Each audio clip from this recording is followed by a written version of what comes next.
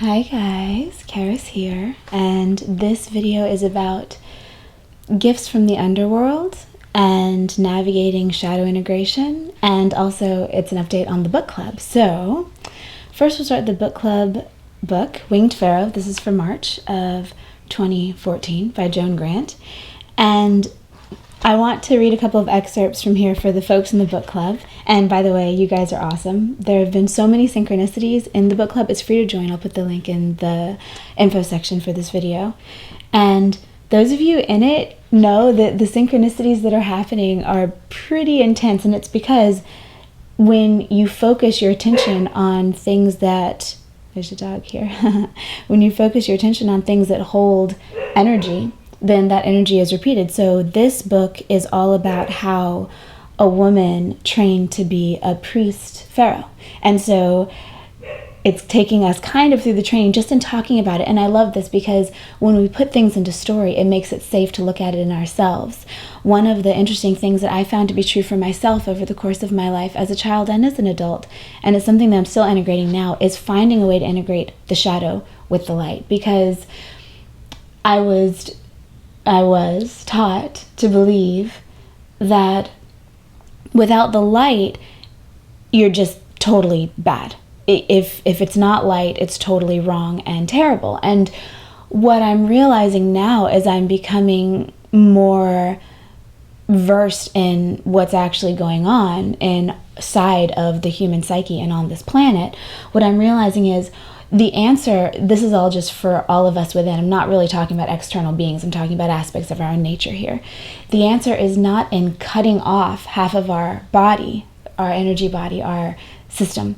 The answer is in making a harmonic out of it. So a true beautiful harmonic chord is going to have really high notes and really low notes, but they're all going to work together to create something more beautiful than the sum of its parts. So I think that's kind of what's going on right now. And there have been a lot of people navigating the underworld lately, and that means going through depression, going through fears that you don't understand, going through really difficult things, maybe inside, maybe in the world around you. And what I find valuable about going through the underworld and not running away from it, but actually going through it and allowing yourself to experience these things, is that afterward, it's like, that's how we get gems. It's like mining. So when you go into the underworld and realize the pieces of yourself that you've locked away because they didn't have a place, and then take them out of the dungeon and put them to work in concert with the rest of you, then that's when we really become free out of these games of manifesting things that we don't understand why we manifested and that feel like they're victimizing us. It's because these aspects of ourselves are acting up because they want attention, but the only thing they know how to do is break stuff because they're shadow aspects. So when we can put them to work doing things like making us sharp, making us focused, making us fearless, those types of things without hurting anybody, without getting out of line, without breaking any rules, without creating any negative karma, then I think that's kind of the goal right now. So to illustrate that, these are excerpts from chapters 13 and 14. And in chapter 14, the girl, Sakita, that's her nickname when she's a little girl, and her brother, Nea, they're both going to be the ruling pharaohs. They go and play in the wine cellar of the palace.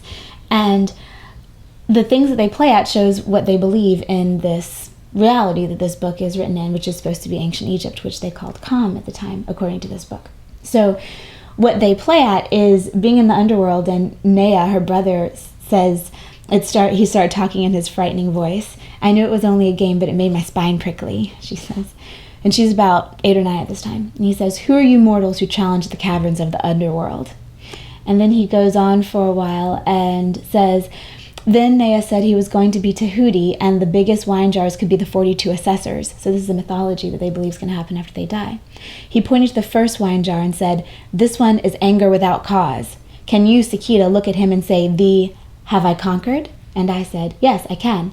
"Sakita, you lie. Return to earth. This morning you were angry with your attendant. You said she pulled your hair." "But she did." "But the tangles were of your own making, for you climbed trees without plaiting it. Also, yesterday you tried to be as clever as your brother at carving in stone. When you very clumsily cut yourself, you got into a rage and threw the chisel into the water. Pass on." Then Nea pretended that the next wine jar said, "Is there one who sorrows because of you?" I said, "No, there's not." And Nea made the jar say, "Miserable human, thou liest. Return to earth at once as the child of a cross-eyed Nubian." I don't know what that really means. Does not that, that was my cat jumping, does not that girl child who is staying in your house even now cry from her own dullness because you have only asked her to play at things that you know she cannot do and mocked her because she is fat? Earlier in the book, it's talking about how there's a girl visiting them and she can't really do the things that they do, so they exclude her from their games. And she just thinks that it's annoying her and she doesn't understand what's wrong with this girl, but this is another way of looking at it, right? But Nea, Tahuti, she is so stupid. Then you're stating that, which all know to be true, is as foolish as one who points at the sun on a hot noon and says, "See, the sun is shining." So in talking of her stupidity, you share it with her. And at the end of this little scene, she goes and asks the girl to play. So the underworld can be as easy as that. It can just be a stripping away of things that are keeping us from becoming the most harmonious versions of ourselves. The other thing I wanted to read you is about Horus. And Horus is one of the gods of the Egyptian pantheon. And they have a story in here about what he was before he became a god, when he was still a man, which I find fascinating because the things that they say that he can do as a man are still pretty darn intense.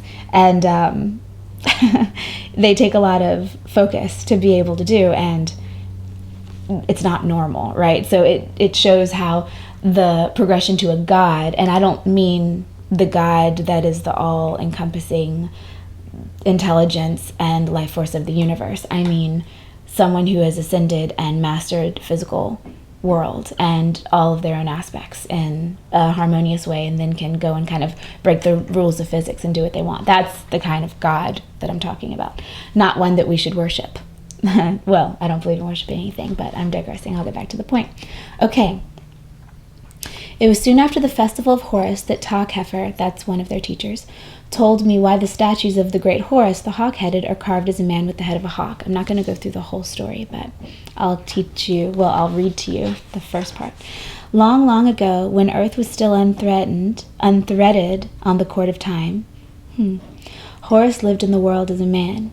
The gods dwell in splendor beyond our sight, but just as there is no plant that was not once a seed, so there is no god that was not once a man. He was as gentle as dew falling on a meadow, and his strength was like the rising tide, which engulfs all that would bar its way.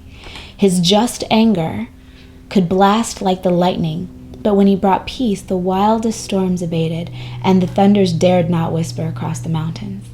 He was as patient as a climbing vine, and the jars of his memory stored all the wisdom of his world. The flame of his spirit did not flicker in the coldest winds of circumstance, nor could the gentle breezes of joy disturb its still tranquility. So had the sword of his will been tempered in the fire of life.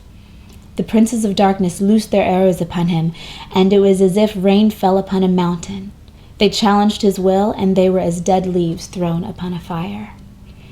They sent a mighty army against him, and under the eyes of Horus it was turned to stone. The mightiest of the lords of evil he bound in their own darkness, until their hearts were changed, and he released those who had been imprisoned aforetime. For a symbol he made the hawk, which can stay poised in the air and bind animals in the shackles of this trained will, just as the army that marched against Horus was frozen in its charge. And that is why Horus has the body of a man, through which he attained this power, and the head of a hawk, which is his symbol of it. So I guess the question is, how is your will training your own world? And the question I have for the book club members is, what do you guys think about the way that they are teaching these children navigate this earth? It's different than the way we teach our modern day children to navigate the earth. And I would love to know what your opinion is of the way that the children are kept responsible for their own actions and yet also allowed to be children. I'd like to know what that's activating you guys as you're reading it. So feel free to just reply to this video, which I post in the Facebook group, and let me know what you think. So, go in peace, much love, and may you all be going through the underworld with grace and with focus and with clarity. And I will see you on the astrals.